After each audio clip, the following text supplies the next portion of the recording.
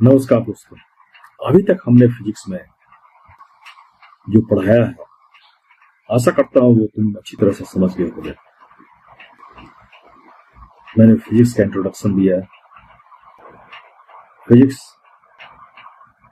किस चीज पर आधारित है ये भी बताया, और लास्ट सेशन में मैंने बताया मोशन के बारे में कि मोशन क्या है, मोशन के जन्मदाता कौन है।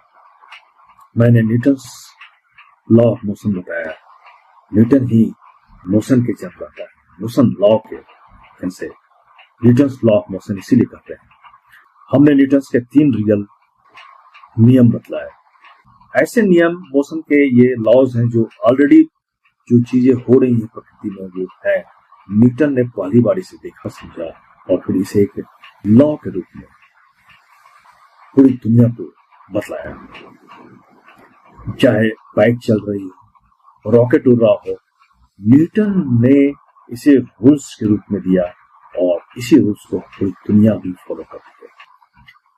तो हमेशा याद रखो, न्यूटन मोशन के बॉस है, उन्हें मोशन का बॉस माना जाता है। अभी तक हमने फर्स्ट लॉ ऑफ मोशन बताया जो इनर्शिया से संबंधित है, मतलब कि कोई भी चीज खुद से अपनी पोजीशन को नहीं बदलती, रेस्ट में है तो रेस्ट में ही रहेगी। उसके बाद मैंने बताया कि force equal to mass into acceleration, ये सेकेंड लॉ है। फोर्स जो है वो बराबर होता है किसी भी वस्तु के मास के और एक्सलरेशन के। मतलब उसमें जब गति है तो एक्सलरेशन जो होता है उससे हम फोर्स निकाल सकते हैं, कितना फोर्स उस पर लगा। अगर हेवी ऑब्जेक्ट है, कोई भी वस्तु ज्यादा भारी है तो उस पर ज्यादा फोर्स लगेगा, और हल्की है तो कम फोर्स लगेगा। फुटबॉल को किक मारना आसान है लेकिन पत्थर को मारना मुश्किल है, क्योंकि पत्थर में ज्यादा मास होता है। ये हमने बताया, हेवी चीज ज्यादा ताकत। उसके बाद हमने थर्ड लॉ ऑफ मोशन बताया, every action has equal and opposite reaction. प्रत्येक क्रिया, जो भी क्रिया होती है उसमें बराबर और विपरीत प्रतिक्रिया भी होती है साथ साथ, equal and opposite reaction. Gun fire करने से पीछे क्यों जाता है, हमने बताया। रॉकेट ऊपर क्यों जाता है, क्यों नीचे पुश करता है, जितना धक्का दोगे उतना वापस आएगा, ये हमने बताया। अगर कोई स्टूडेंट दीवार को पुश कर रहा है तो दीवार जो है उतने ही फोर्स से वो पुश करती है। इक्वल एंड अपोजिट रिएक्शन, जो भी एक्शन होगा उसका इक्वल एंड अपोजिट रिएक्शन होगा। ये न्यूटन का थर्ड लॉ हुआ। आज मैं आपको दे रहा हूं वर्क, एनर्जी, पावर का पूरा कंसेप्ट।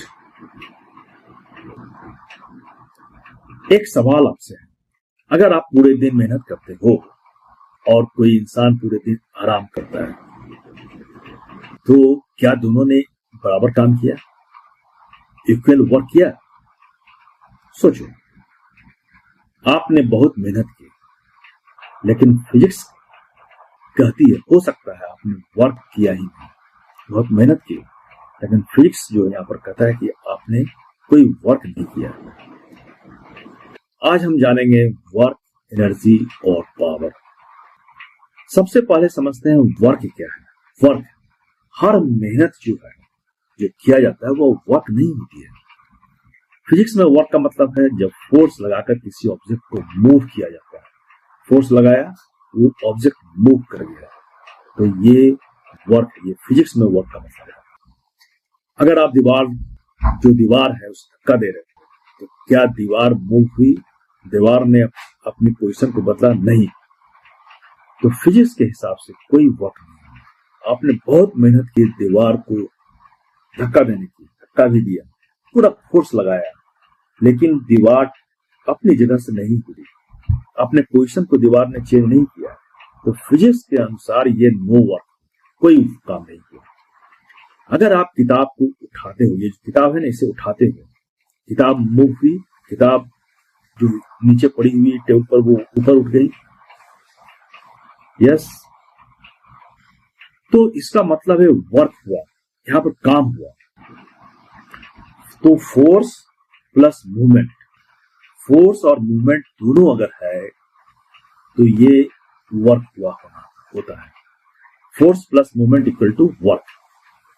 अब एनर्जी को समझते हैं। एनर्जी क्या है? सिंपल, काम करने की क्षमता। जो भी तुम काम करते हो ना, उसकी जो क्षमता है उसे एनर्जी कहते हैं। यस, आप खाना खाते हो, इसमें एनर्जी लगती है। बैटरी में पावर है, इसमें एनर्जी है। पेट्रोल से गाड़ी चलती है तो एनर्जी है।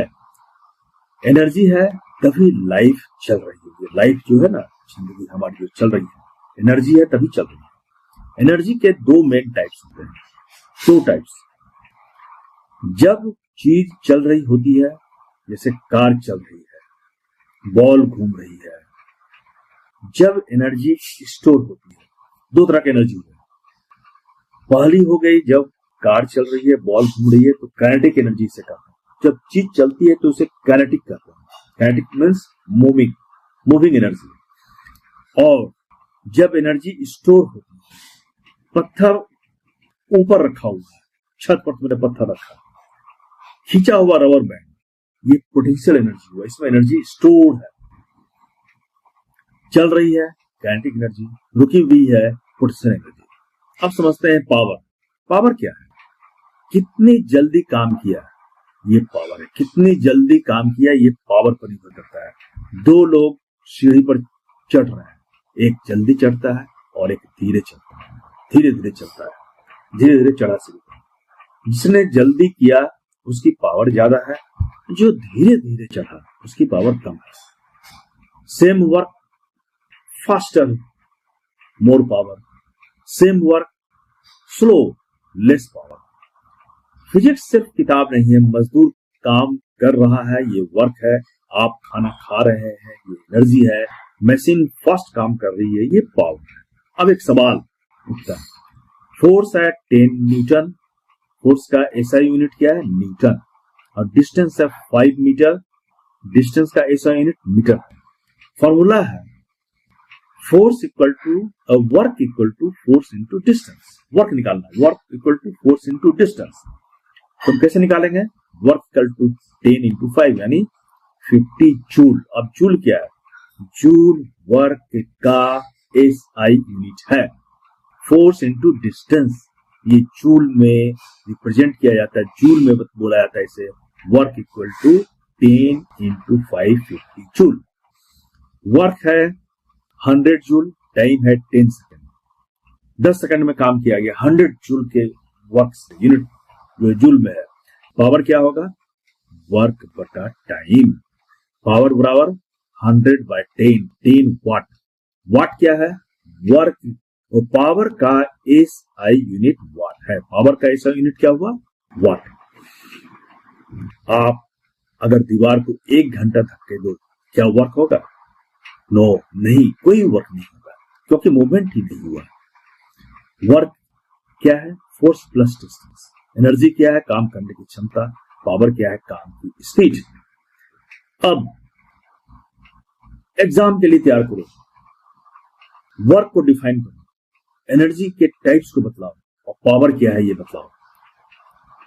आज आपने फिजिक्स नहीं पढ़ी, आपने अपनी लाइफ की एनर्जी समझ ली है। अगर आज का कंसेप्ट क्लियर हुआ तो कमेंट में लिखो एनर्जी फुल, फिर मैं आगे बतलाऊंगा कि आपको अगर नहीं समझ में आया तो मैं दोबारा इसी को रिपीट करूंगा, और समझ में आ गया तो उस पर और भी कंसेप्ट को क्लियर करूंगा। आज के लिए इतना ही।